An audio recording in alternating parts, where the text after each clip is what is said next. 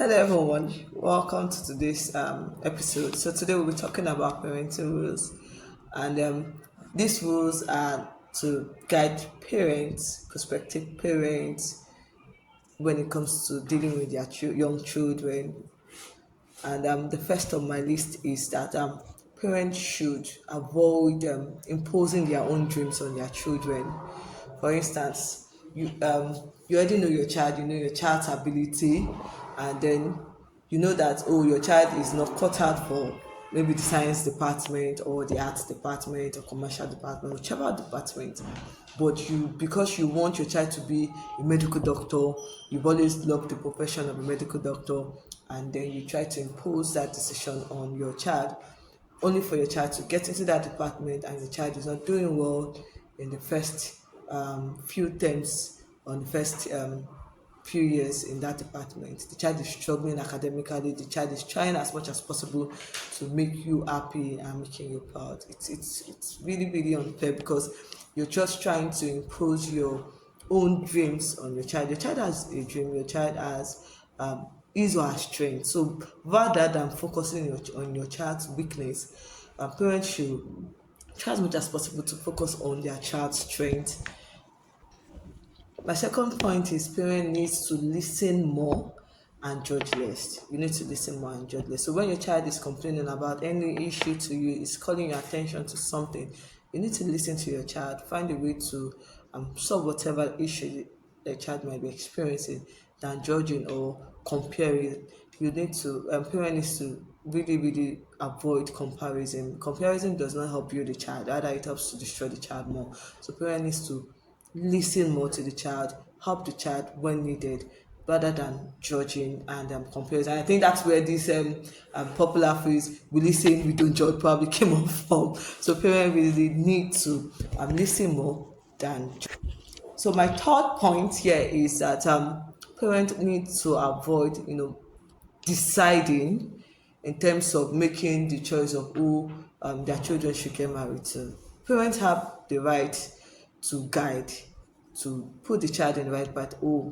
I don't think this person is the best person for you for so and so reason, and all of that. Rather than saying, oh no, you must marry this person. If it's not this person, it has to be that, for whatsoever reason, maybe for financial reason, or maybe for power or status or whatsoever reason. Parent needs to avoid imposing, because when that marriage doesn't work out well, the blame comes on you, the parent, and that's when the child will start saying that, oh, I wish I had not listened to my parent, or at least I had listened to myself, and all of that. Of course, there are times that some of these decision or this guidance that we've gotten from our parent has really helped the child. So parent needs to avoid more, to avoid imposition, and try to guide, just guide the child that, oh, don't do this, this is what you should do, this is how you should go about it, and all of that, which will really help the child to see reason with you and what you're saying, rather than it looking as if you're trying to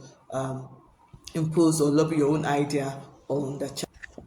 Number four is that parent needs to avoid arguing in the presence of their kids. I understand that there are times that decisions might not work out, or for some certain reason things might not be going out smoothly at home, but it is very important that as husband and wife, you need to avoid arguing in the presence of your children. It affects their psychologically. So by the time you start arguing with your spouse and your child is seeing this, it dampens their spirits, and so when they get to school, when they mingle with their friends, they feel down, and then they are moody, they withdrawn, and all of that. So parents, please, it's very important that private matters, whatever dispute you're having or argument you need to have with your spouse, you can have it in your bedroom, have it at home, not in the confines of your children. Not, it should not be in the presence of your children. I mean, it should be not something that you're,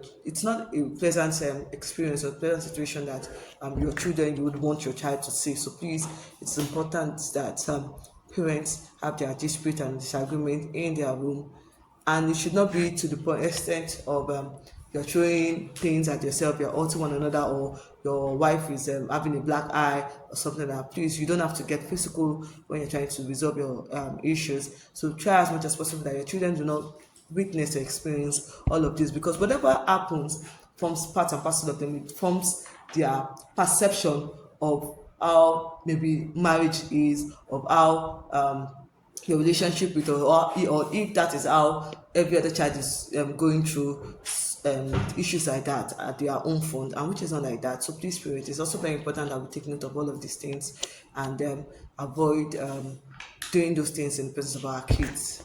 Then it takes me to my next point, which is that parent needs to, when major decisions are being reached, or even little decisions regarding, oh, whether your child needs to do this. Let me give an example. For instance, if the husband doesn't want the child to visit a friend, and the mother is saying, well, why not? Why can't she not visit her friend and all of that?